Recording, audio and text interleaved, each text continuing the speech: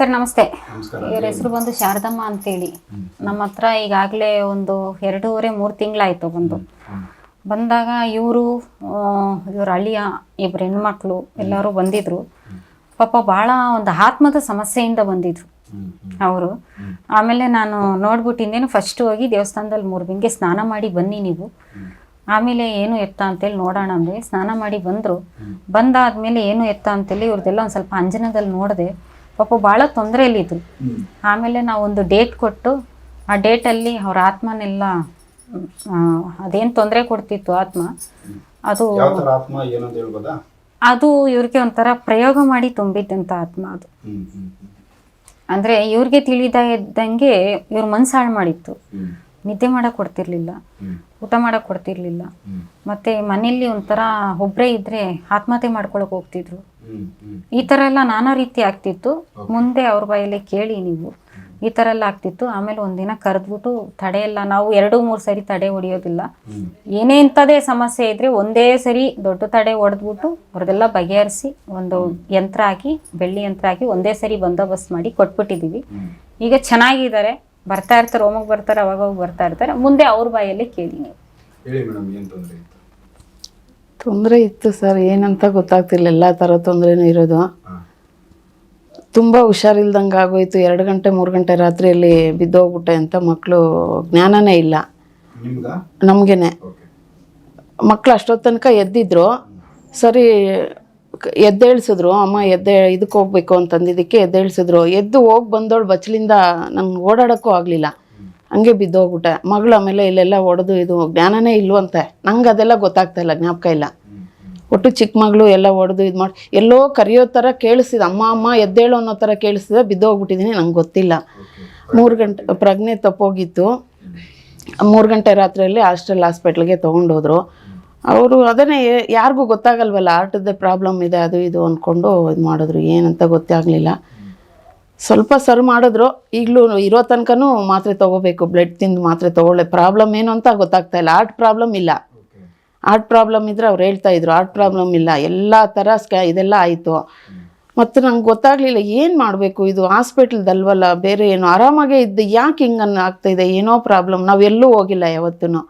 ನಿಮ್ಮದೇ ಯೂಟ್ಯೂಬ್ ನೋಡಿದೆ, ಟಿ ವಿಯಲ್ಲಿ ಹಾಕಿ ನೋಡಿದೆ. ಯೂಟ್ಯೂಬ್ ನೋಡಿ ಎಲ್ಲಾದರೂ ಒಂದು ಕಡೆ ಹೋಗ್ಬೇಕಲ್ವಾ ಬರಬೇಕಲ್ವಾ ಅಂದ್ಕೊಂಡು ಫಸ್ಟ್ ಟೈಮು ಇಲ್ಲೇ ಬಂದಿದ್ದು. ಬಂದ ತಕ್ಷಣ ನಾನು ಹೊರಗೆ ಕಳಿಸಿ ಮಕ್ಕಳಿಗೆ ಹೇಳಿದ್ರು, ಈ ಥರ ಆಗಿದೆ, ಇದು ಮಾಡ್ಕೊಳ್ಳಿ ಅಂತ. ನಾವು ಇವ್ರಿಗೆ ಹೇಳಿಲ್ಲ, ಹೊರಗೆ ಕಳಿಸ್ಬಿಟ್ವಿ. ನನಗೆ ಗೊತ್ತಿಲ್ಲ. ಇವ್ರ ಮಕ್ಳ ಹತ್ರ ಹೇಳಿದ್ವಿ, ಪ್ರಾಬ್ಲಮ್ ಆಗಿದೆಯಪ್ಪ, ಈ ತರ ಸಮಸ್ಯೆ ಐತೆ ಅಂತ ಹೇಳಿದ್ವಿ. ಅವ್ರಿಗೆ ಇದು ಯಾವ ತರ ಪ್ರಯೋಗ ಅಂತಂದ್ರೆ, ಇವ್ರು ಸಾಯ್ಬಾರ್ದು, ಬದುಕಬಾರ್ದು, ನರಳಬೇಕು, ಹಿಂಸೆ ಕೊಡ್ಬೇಕು, ನರಳಬೇಕು. ಈ ಕಡೆ ಸಾಯ್ಲೂಬಾರ್ದು, ಬದುಕಲೂಬಾರ್ದು. ಉದ್ದೇಶ ಏನಂತಂದ್ರೆ ಉದ್ಧಾರ ಆಗ್ಬಾರ್ದು. ಇವ್ರ ಮಕ್ಳು ಯಾರು ಏಳಿಗೆ ಆಗ್ಬಾರ್ದು, ಇವ್ರು ಚೆನ್ನಾಗಿರ್ಬಾರ್ದು. ಇವ್ರಿಗೆಲ್ಲ ಮೋಸ ಮಾಡ್ಕೊಂಡೇ ಬಂದಿರೋದು ಇಲ್ಲಿ ತನಕ. ಆಸ್ತಿ ಅಂತಸ್ತಿ ಎಲ್ಲದ್ರಲ್ಲೂ ಯಾವಾಗಿಂದ ಇವಾಗಿನ ಮದುವೆ ಆದಾಗಿಂದ ಏನ್ ಸುಖವಾಗಿ ಏನಿಲ್ಲ. ತಾಯಿ ಮನೆಗೂ ಇಲ್ಲ, ಗಂಡನ ಮನೆಗೂ ಇಲ್ಲ. ಇವರು ನೋಡಕ್ಕೆ ಏನೋ ಇದೀವಿ ಅನ್ನೋ ತರ ಇದಾರಷ್ಟೇನೆ. ಆ ತರ ಮಾಡಿ ಇವ್ರಿಗೆ ತುಂಬಿಸಿರೋದು. ಅಂದ್ರೆ ಜ್ಞಾನ ಇಲ್ದಿದ್ದಂಗೆ ಬಿದ್ದೋಗೋರೆ. 1 ಸರಿ ಇಲ್ಲ 2 ಸರಿ ಬಿದ್ದವ್ರೆ. 2 ಸರಿ ಬಿದ್ದವ್ರೆ. ಆದ್ರೆ ಅವ್ರೆಲ್ಲ ಏನ್ ಅನ್ಕೊಂಡ್ರೆ ಏನೋ ಹಾರ್ಟ್ ಪ್ರಾಬ್ಲಮ್ ಆಗಿದೆ, ಅದು ಇದು. ಹಾಸ್ಪಿಟ್ಲ್ ಕರ್ಕೊಂಡು ಹೋದ್ರೆ ಅಲ್ಲಿ ಯಾವ್ದು ರಿಸಲ್ಟ್ ಬಂದಿಲ್ಲ, ಯಾವ್ದು ರಿಪೋರ್ಟ್ ಬಂದಿಲ್ಲ. ಆದ್ರೆ ಏನೋ ಒಂದು ಮೆಡಿಸಿನ್ ಕೊಡ್ಬೇಕಲ್ಲ, ಕೊಟ್ಟವ್ರೆ. ಆಮೇಲೆ ನಮ್ಮ ಹತ್ರ ಬಂದ್ರು. ಬಂದಾದ್ಮೇಲೆ ನಾವು ಅಂಜನ ನೋಡಕ್ಕೆ ಕುತ್ಕೊಂಡಾದ್ಮೇಲೆ ಇಲ್ಲ, ನೀವು ಫಸ್ಟ್ ಆಗಿ ದೇವಸ್ಥಾನದ ಹತ್ರ ಹೋಗಿ ಬನ್ನಿ, ಆಮೇಲೆ ನೋಡ್ತೀವಿ. ಆಮೇಲೆ ತಿರುಗಿ ಸ್ನಾನ ಮಾಡಿ ಬಂದ್ರು. ಬಂದಾದ್ಮೇಲೆ ಇವ್ರನ್ನ ಆಚೆ ಕಳಿಸ್ಬಿಟ್ಟು ಅವ್ರ ಮಕ್ಳ ಹತ್ರ ಹೇಳಿದೆ.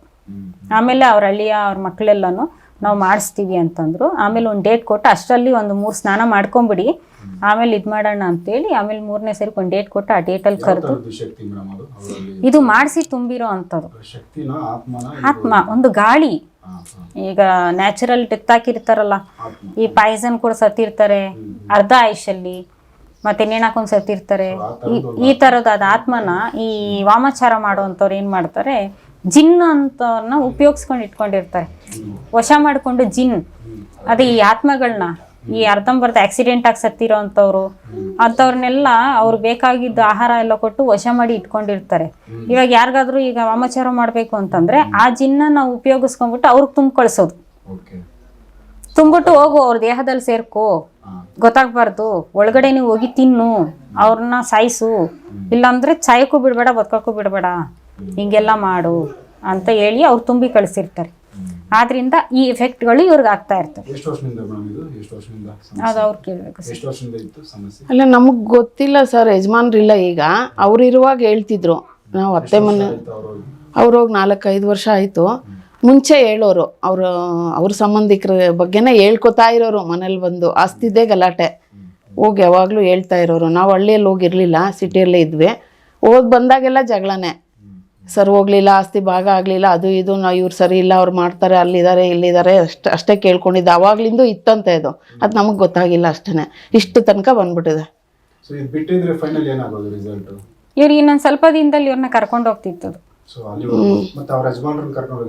ಅದು ಅದೇನೆ, ಅವರು ಅವತ್ತೇ ಹೇಳ್ಬಿಟ್ಟೆ ನಾನು, ಅವ್ರು ಸತ್ತಿದ್ದು ಅಕಾಲಿಕ ಮರಣನೇ, ಅವ್ರದ್ದು ಅದೇನೆ. ನಾನು ಅವತ್ತೇ ಹೇಳ್ದೆ. ಇವ್ರನ್ನ ಇವಾಗ ನಾವ್ ಅದೆಲ್ಲ ಮಾಡಿ ರೆಡಿ ಮಾಡಿಲ್ಲ ಅಂದ್ರೆ ಇಷ್ಟೊತ್ತಿಗೆ ಇವರು ರೈಟ್ ಹೇಳ್ಬಿಡ್ತಿದ್ರು. ಇವಾಗ ಅವ್ರ ಮಕ್ಳೆಲ್ಲ ಏನ್ ಅನ್ಕೊಂತಿದ್ರು, ಹಾರ್ಟ್ ಅಟ್ಯಾಕ್. ಅವ್ರಿಗೂ ಹಾರ್ಟ್ ಅಟ್ಯಾಕ್ ಸರ್. ಬೆಳಗ್ಗೆ ಕೆಲ್ಸಕ್ಕೆ ಹೋದ್ರು, ಸಂಜೆ ಮನೆಗೆ ಬರಲೇ ಇಲ್ಲ. ಫೋನ್ ಮಾಡಿದ್ರು ಎಲ್ಲರೂ. ಕಾರ್ಡಿಯಕ್ ಅರೆಸ್ಟ್ ಅವ್ರಿಗೆ. ಇಲ್ಲಿ ಮನೆ ಹತ್ರ ಬಂದಿದ್ದಾರೆ ಕೆಲಸದಿಂದ. ನಾವು ಬಸವೇಶ್ವರ ನಗರ ಇದ್ರಿ, ಮಂಜುನಾಥ್ ನಗರದಲ್ಲಿ ಟೀ ಕುಡಿತಾ ಕೂತಿದ್ದವ್ರು ಎದ್ದು ನಿಂತಿದ್ದಾರೆ, ಬಿದ್ದಿದ್ದಾರೆ. ಅಷ್ಟೇ ಎದ್ದು ಕೂಡ್ಸಿದ ತಕ್ಷಣನೇ ಜೀವ ಹೋಗಿದೆ. ಕಾರ್ಡಿಯಕ್ ಅರೆಸ್ಟ್ ಅಂದರೆ ಅದು ಕೇವಲ ಒಂದು 5-6 ನಿಮಿಷನೂ ಇರಲ್ವಂತೆ. ಇದು ಪ್ರಾಬ್ಲಮ್ ಆಯಿತು, 5-6 ವರ್ಷ ಆಯಿತು. ನಮಗಿದು ಗೊತ್ತಾಗಿಲ್ಲ. ಈಗ ಡಾಕ್ಟ್ರು ಎಲ್ಲೂ ಏನೂ ಇಲ್ಲ, ಹಾರ್ಟ್ ಪ್ರಾಬ್ಲಮ್ಮೇ ಇಲ್ಲ. ಈಗ ಬ್ರೈನ್ ಎಲ್ಲ ಚೆಕಪ್ ಎಲ್ಲ ಆಯಿತು, ಏನು ಮಾಡಿದ್ರು ಪ್ರಾಬ್ಲಮ್ ಇಲ್ಲ. ಆದರೂ ಯಾಕಾಗಿದೆಯೋ ಗೊತ್ತಿಲ್ಲ. ನನ್ನನ್ನೇ ಕೇಳ್ತಾರೆ, ಏನಾಗಿದೆ ನಿಮ್ಗೆ, ಯಾಕಾಯ್ತು ಅಂತ ಹೇಳಿ. ಡಾಕ್ಟ್ರು ಎಲ್ಲ ಕ್ಲಿಯರ್ ಮಾಡಿ ಕಳಿಸ್ಬಿಟ್ವಿ. ಫ್ರೀ ಇದೀವಿ ಸರ್. ಅಂದ್ರೆ ಇವರು ಅಲ್ಲಿ ನಮ್ಮ ದೇವಸ್ಥಾನದಿಂದ ಆಚೆ ಹೋಗೋ ತನಕ ಅದನ್ನ ನಮ್ಮ ಮರದಲ್ಲೇ ಬಂದಿ ಮಾಡಿ ಇಟ್ಟಿದ್ದೆ. ಇವ್ರು ಹೋಗಾದ್ಮೇಲೆ ಅದನ್ನ ಬಿಚ್ಬಿಟ್ಟು ಬೇರೆ ಕಡೆ ಕಳಿಸ್ಬಿಟ್ರು. ಇಲ್ಲ ಸರ್, ಆರಾಮಾಗಿದ್ದೀನಿ. ಇಲ್ಲ ಸರ್, 3 ತಿಂಗಳಾದ್ಮೇಲೆ ಬನ್ನಿ ಅಂದಿದೆ ಡಾಕ್ಟ್ರು. ಇನ್ನೂ ಹೋಗ್ಲಿಲ್ಲ. ಮಾತ್ರೆ ತೊಗೊಳ್ತಾ ಇದ್ವಿ, ಆರಾಮಾಗಿದ್ದೀವಿ ಸರ್. ಇವ್ರು ಕೊಟ್ಟೋದಲ್ಲಿ ತೊಗೊಂಡು ದೇವರು ಆರಾಮಾಗಿದ್ದೀವಿ. 3 ಹೋಮಕ್ಕೆ ಬರೋಕ್ಕೆ ಹೇಳಿದ್ರು, 2 ಆಯಿತು ನಮ್ದಾದ್ಮೇಲೆ. ಇನ್ನೊಂದು ಹೋಮಕ್ಕೆ ಬರಬೇಕು. ಇಲ್ಲ, 3 ತಿಂಗಳು ಬಿಟ್ಟು ಬನ್ನಿ ಅಂದರು. ಹೋಗಿಲ್ಲ, ಇನ್ನೂ ಮುಂದೆ ಈ ತಿಂಗಳಲ್ಲಿ ಹೋಗ್ಬೇಕು. ಕೊನೆಯಲ್ಲಿ ಸುಮ್ಮನೆ ಹೋಗಿ ಬರೋದಷ್ಟೇ. ಬಂದು ಹೋಗಿ ಅಂದ್ರೆ ಇಲ್ಲ, ಸುಮ್ಮನೆ ಏನೋ ಮಾತ್ರೆ ಕೊಟ್ಟಿದಾರಲ್ವ ಸರ್, ಅದೆಲ್ಲನೂ ಸೆಟ್ ಆಗಿದೆಯಾ ಏನೋ, ಬಂದು ಹೋಗಿ. ಹಾಂ, ಟೆಸ್ಟ್ಗಳೆಲ್ಲ ಏನಿಲ್ಲ ಸರ್. ಸುಮ್ಮನೆ ಡಾಕ್ಟರ್ ತೊಗೊಂಡ ಮಾತ್ರೆ ಪವರ್ ಕೊಟ್ಟಿರ್ತಾರಲ್ವ, ಅದು ಕಡಿಮೆ ಡೋಸೇಜ್ ಮಾಡೋಕ್ಕೆ ಏನಕ್ಕಾದ್ರೂ ಹೇಳಿರ್ಬೋದು ಅನ್ಕೋತೀವಿ. 24ರ ಮೇಲೆ ಹೋಗ್ಬೇಕು ಹಾಸ್ಪಿಟ್ಲಿಗೆ. ಆರಾಮಾಗಿದ್ದೀನಿ ಸರ್.